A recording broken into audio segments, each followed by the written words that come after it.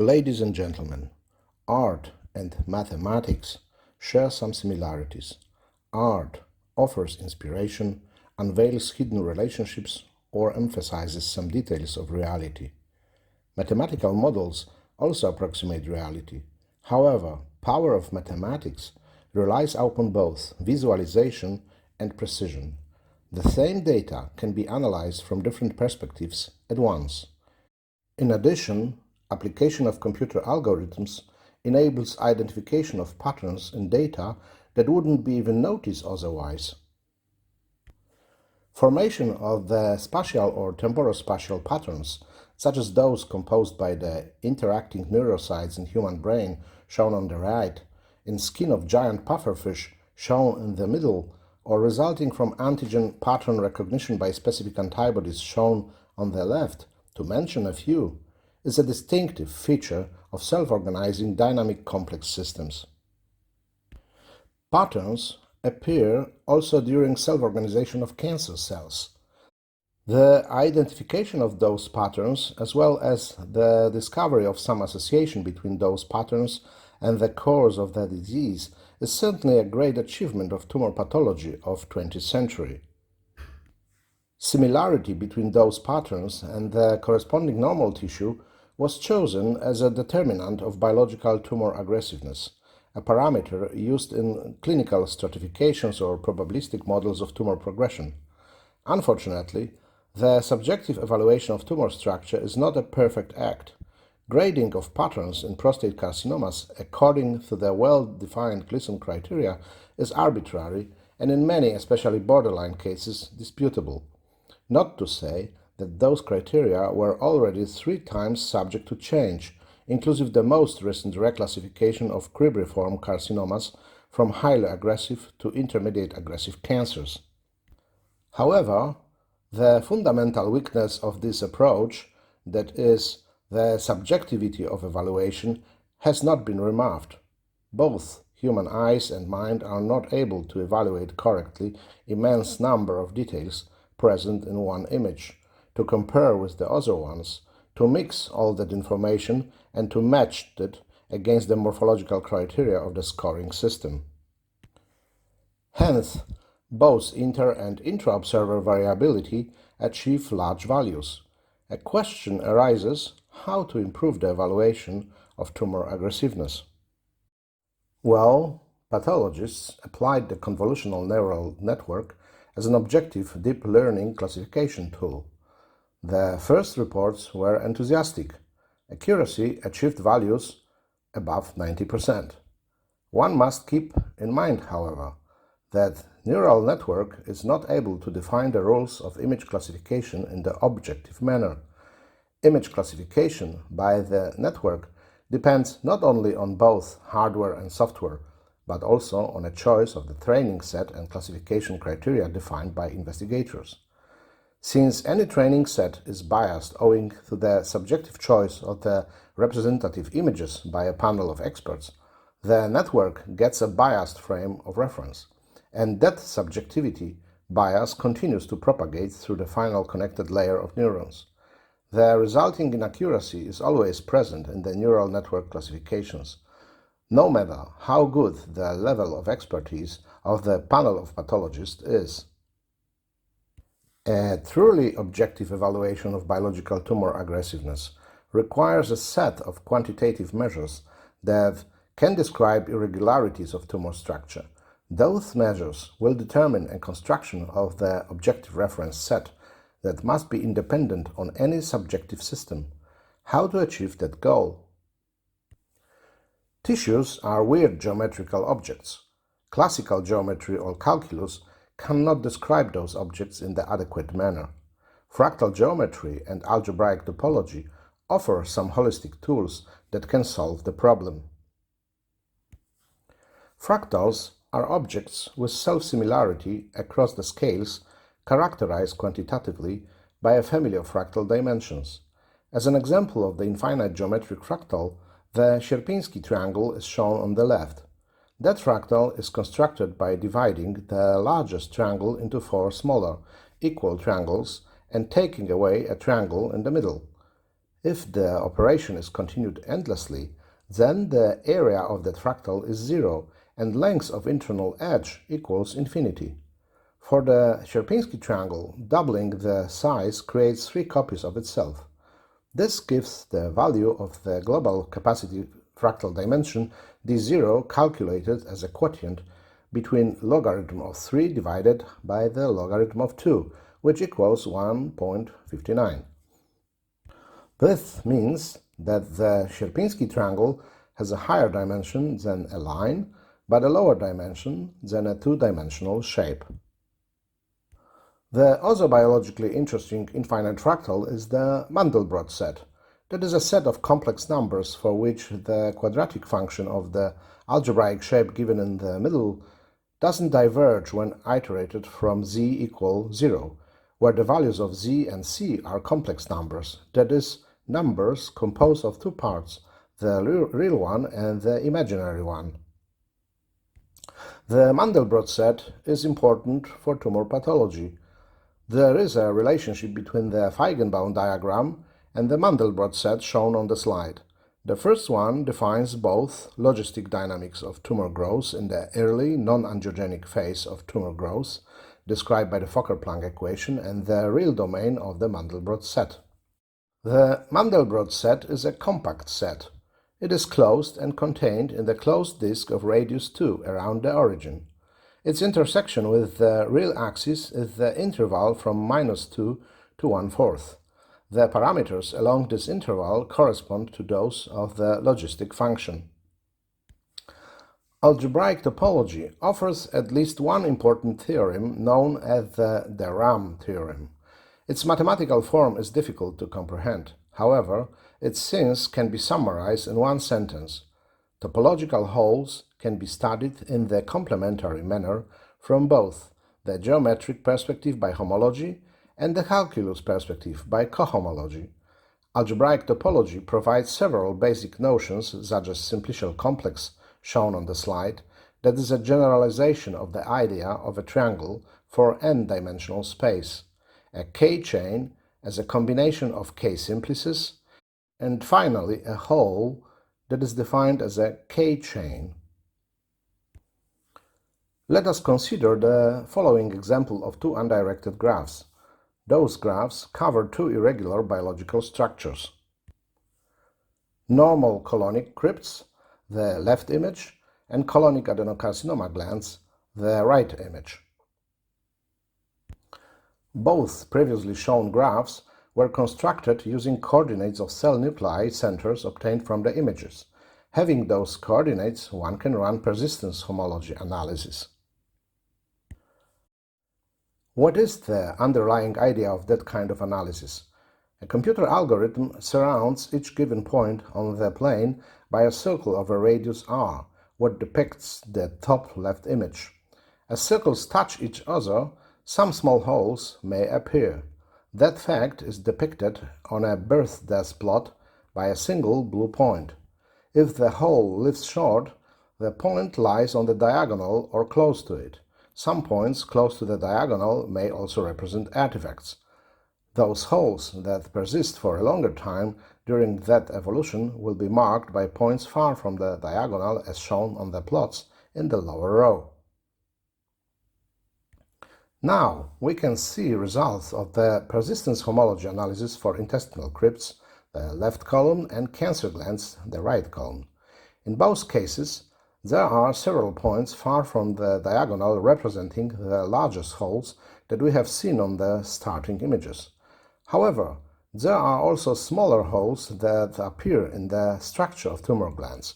One can overlap both diagrams. Algebraic topology offers tools such as the bottleneck distance and P-Wasserstein distance to investigate distances between points on the overlapping diagrams. In that way, biological tumor aggressiveness, understood as a similarity between normal and malignant morphology, can be quantified and defined objectively. If the same coordinates will be presented in the form of adjacency matrix, one gets 2 other graphs. The global clustering coefficient for both graphs is 0. However, the local clustering coefficient equals 1, since some of the nodes representing cells form cliques, that is, mutually connected sets of cells.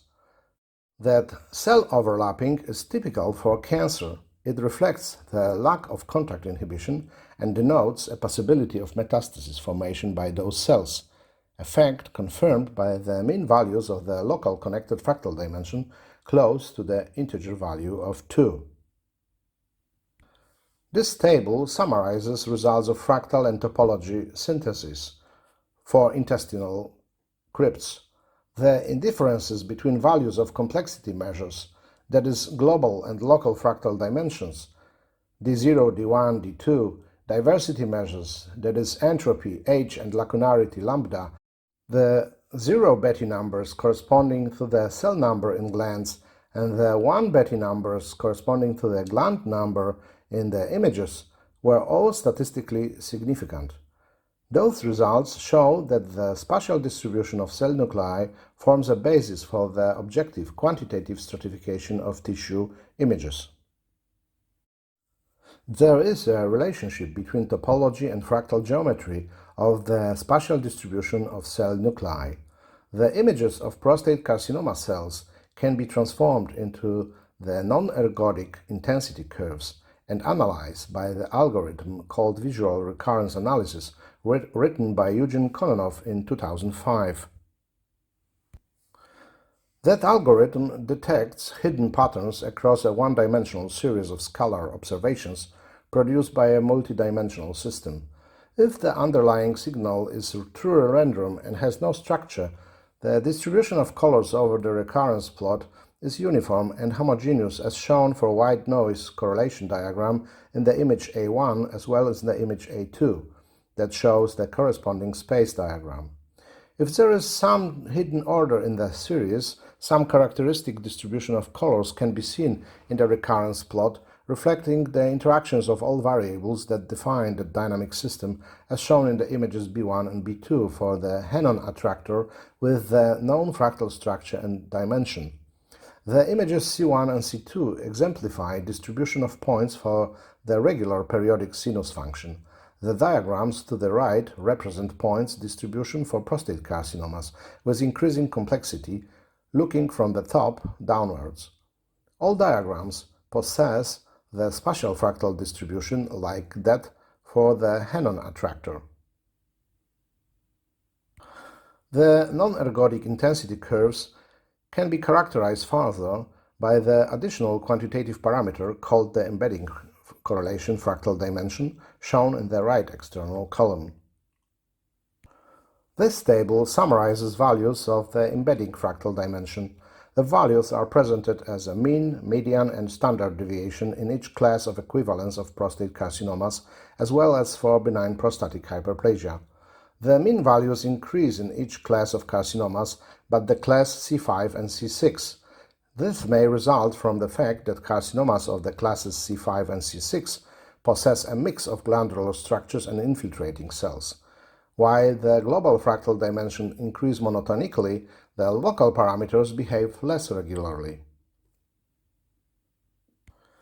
To measure the global fractal dimensions for patterns of growth, a fractal geometric model based on 3 infinite circular fractals with the known values of fractal dimensions was designed. That model reflects the most typical patterns of growth according to Gleason classification. Furthermore, the circular fractal model indicates that the hexagasket finite circular fractal CF6 plus 0 corresponding to the Gleason pattern 4 plus 4 and its neighbor graph are topologically identical with the circular fractal CF6 plus 1 corresponding to the Gleason pattern 5 plus 5. Indeed, please note that there are neighbor translation contracting maps between both circular fractals. That finding implies that some subset of prostate carcinomas of complexity class C5 and C6 with the increased values of the global fractal dimensions that are classified subjectively as the intermediate aggressive tumors with Gleason score 4 plus 4 are in fact highly aggressive carcinomas. Interactions between cancer cells can also be measured locally. This slide shows 4 different cases of prostate carcinomas. As can be seen, the number of overcrowding cells increases along the global complexity of tumor and is the highest in carcinomas of the class C7, where cells form no glandular structures. Cells marked with brown color have the local connected fractal dimension close to the integer number of 2. That is, the dimension of the Euclidean space, what means that cells in the dynamic system lose their capability for interactions. Those cells may easily metastasize, what confirms the following table. Please note that the values of the local fractal dimension and the local connected fractal dimension increase almost monotonically. As expected, the values of the coefficient of cellular expansion, sigma of b, a novel parameter that will be defined at the end of this talk, increase monotonically as the metastasis rate do. In cooperation with Mihai Tanase, a novel homogeneity measure for the evaluation of tumor aggressiveness called dispersion was defined. It is marked by a symbol HD. The slide A shows the principle of the homogeneity algorithm. In that algorithm, the 5 squares S0, S1, S2, S3, S4 of size L slide over the analyzed two-dimensional image of cancer cell nuclei. The algorithm calculates the parameter HD, comparing a number of cell nuclei in the square S0 with a sum of the number of cell nuclei in the other 4 neighbor squares. The slide B shows the idealized evolution of the local structure correlation diagram along the evolution of carcinoma structure. This comprises the evolution from the homogeneous structure of normal prostatic tissue marked on the diagram 1 as A to the other homogeneous structure such as cancer cell infiltration marked as B on the diagram 5. The diagrams 2, 3, and 4 show the intermediate stages of heterogeneous structures corresponding to low, intermediate, or high-grade cancers. On the slide on the right side is shown the evolution of both the dispersion HD and the center of the cloud of points HC. As expected, the HD curve is almost symmetrical. This means that the mix of 2 different sets of elements operating according to different rules will be dominated eventually by one of them. In consequence, the initial spatial homogeneity of the mix of elements will be replaced by the homogeneity of a compact set of elements conquering the available space on the cost of second type of elements. The novel homogeneity measure HD lower than 38 identifies carcinomas with very low aggressiveness within the class of complexity C1, for which D0 equals 1.545, or carcinomas with very high aggressiveness in the class C7 with the global capacity fractal dimension D0 larger than 1.764. The set of more than 200 prostate carcinomas was divided into 7 classes of equivalence according to the values of the global spatial fractal dimensions, what is shown in the scatter plot A and B. As expected, entropy increased along the D0 or D1 value, please see scatter plot B, indicated the direction of the complexity increment in prostate carcinomas and the natural course of the disease. Finally, 2 quantitative criteria were defined. They are based on the above-mentioned complexity, diversity, and homogeneity measures. Those criteria define unequivocally low complexity, low aggressive, and high complexity, high aggressive carcinomas. Those values identify objectively a reference set for neural networking. The coefficient of cellular expansion is a complexity measure. It reflects both connectivity in a dynamic system and its capacity for self-organization. It is defined as a ratio between the fractal dimension characterizing a given process and the dimension of the surrounding Euclidean space minus 1. Using that function, dynamical system can be divided into 3 universal categories listed on the left. If we imagine that the space modification done by the growing dynamic cellular system and the corresponding spatial fractal dimension can be depicted as a rectangle with one side equal the integer Euclidean dimension w and the other side equal the value of the spatial fractal dimension b, then for the growth on the surface we get a quadratic function f of x defined as x to the power of 2 minus x minus 1, where x equals the ratio w over b. According to the fixed point method, the function f of x has 2 solutions Please see diagram A. There are two stationary points shown on the diagram B. One of those points, minus 1 over phi, is unstable. The second one, phi, is a stable stationary point, what demonstrates diagram C. Self-organization of epithelial cells into the tissue structures of the higher order, such as glands, continues until the ratio of the Euclidean dimension to the global spatial fractal dimension reaches the value of the Fibonacci constant. Cancer cells present in infiltrates form no structures of the higher order, such as glands, and have values of the coefficient close to 0. These are my conclusions. First, biological tumor aggressiveness can be defined by complexity, diversity, and homogeneity measures that characterize complex intercellular interactions. Second, the quantitative criteria for low or high aggressive carcinomas have been defined. This enables a selection of the objective reference set for neural network-aided stratification of carcinomas. Third, the Feigenbaum diagram represents dynamics of early cancer growth and is associated with the Mandelbrot set. The Feigenbaum diagram determines a set of its real values defining dynamics of growth and self-organization of cells. The latter process is limited by the Fibonacci constant. I'll be happy to take your questions now.